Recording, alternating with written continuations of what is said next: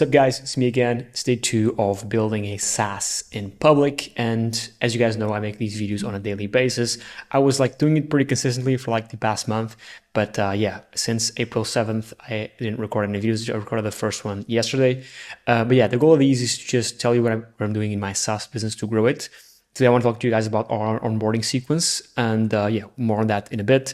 Just letting you guys know that I answer any questions you guys might have on any video. If you guys have any questions in specific about what we're doing to grow the business, marketing strategies, anything, literally, there's a bunch of these comments right here. Just comment them and I'll answer them live on these daily videos, where again, the whole goal is to help you guys grow your own software businesses, reduce churn, get more clients, anything that I feel like I could help, right? Then also tell you guys what I'm doing currently to grow the business.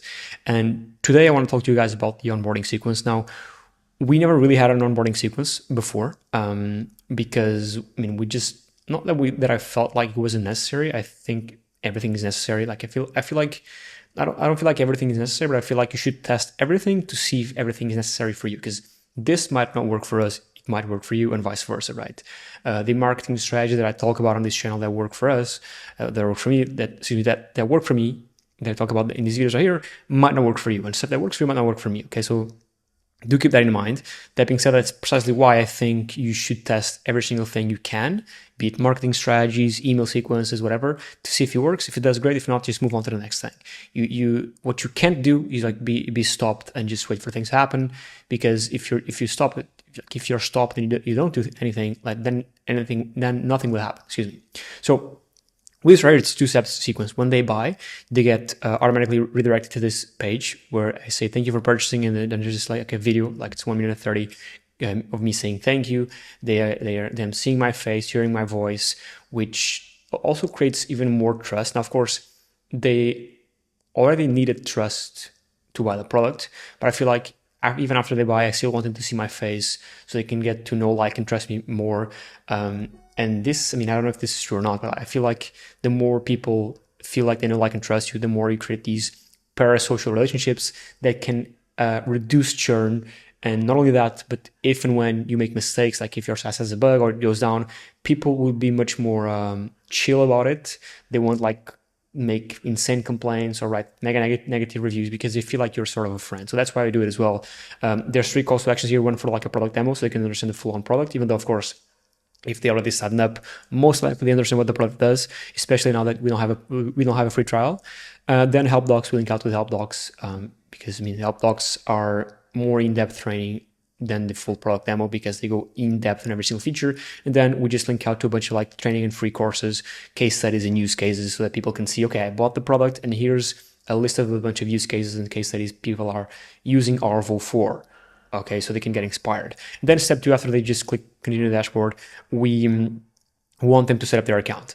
This, basically the whole goal of this is we ask them for URL, sitemap, the audience, and this of course will differ from SaaS to SaaS. My SaaS is this, yours, if it does a different thing, will be a different thing. But the whole goal here is just to help them in the setup, because we were getting quite a few people canceling because they said the product was too confusing, right? They jumped in onto the product, and there was so many places they could click on. They didn't even know which features they should start on, even though, of course, in every single screen there's a CTA to a demo video. It's just too much, right? And so the more friction we can reduce, the more frictionless we can make the process, right? The more we can help them set up the software properly for their business, right? The more I wrote right here, the more they get results fastest, because again, we'll help them set up the SaaS the proper way, and then reducing churn by reducing the friction when they get into the product from when they buy to when they start using it properly. Reduce that time frame so that there's no buyer's remorse or people complaining that it's too expensive, or people complaining and wanting to cancel right away because it's too confusing. The whole goal here is to remove friction and remove confusingness. I don't even know if that's a word.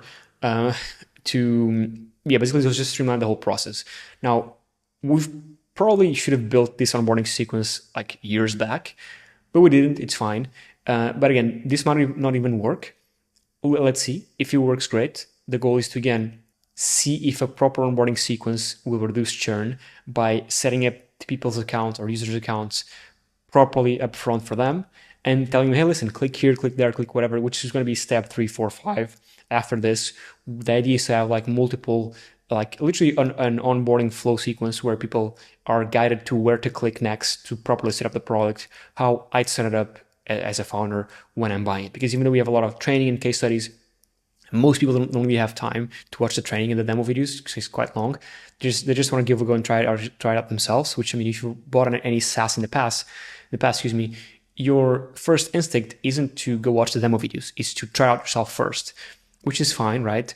The thing is that if it's a complicated product, which ours is, it can get frustrating real quick, right? So then if you're already frustrated, you don't even want to watch the demo videos. And so again, the whole goal of this, again, there's going to be more steps, is to make the whole experience from when they buy to when they have the product up and running properly be the smoothest as we possibly can.